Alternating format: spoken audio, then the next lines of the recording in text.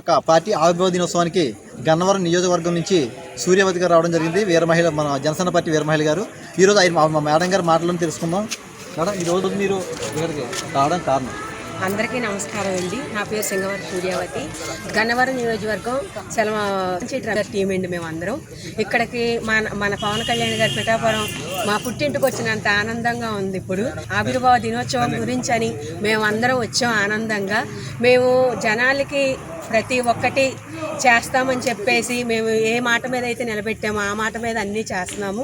ఇంకా ప్రతి ఒక్కటి పవన్ కళ్యాణ్ గారి సపోర్ట్.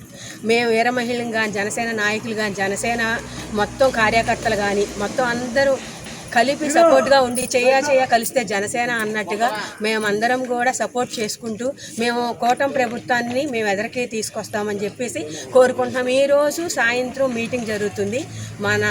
వస్తారు మన పవన్ కళ్యాణ్ అన్న వచ్చి మాట్లాడతారు. ఎలా మాట్లాడతారో చూసుకుందాం, అప్పుడు చూపిస్తాం. అందరికీ నమస్తే అండి. నా పేరు జయరాణి. మాది గన్నవరం నియోజకవర్గం. చలంశెట్టి రమేష్ గారి టీం అండి. మేము ఈ రోజున ఇక్కడికి ఎంతో ఆనందంతో, ఎంతో విజయ గర్వంతో ఇక్కడికి రావటం జరిగింది.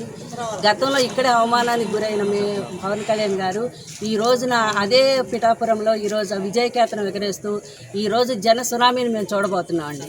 ఎన్నో అవమానాలకు గురయ్యి, ఎంతో అపనిందలకు గురైనా సరే ఒక పార్టీ నిలబెట్టాలని ఒక క్రమంతో, ఆయన పట్టుదలతో, ఆయన కృషితో ఈ రోజున పార్టీని ఈ విధంగా మేమంతా తల ఎత్తుకుని మేము జన సైనికుల వీరమహిళని చెప్పుకునే రీతిగా మేము ఈ రోజున ఎంతో ఆనందంతో ఇక్కడికి రావడం జరిగింది.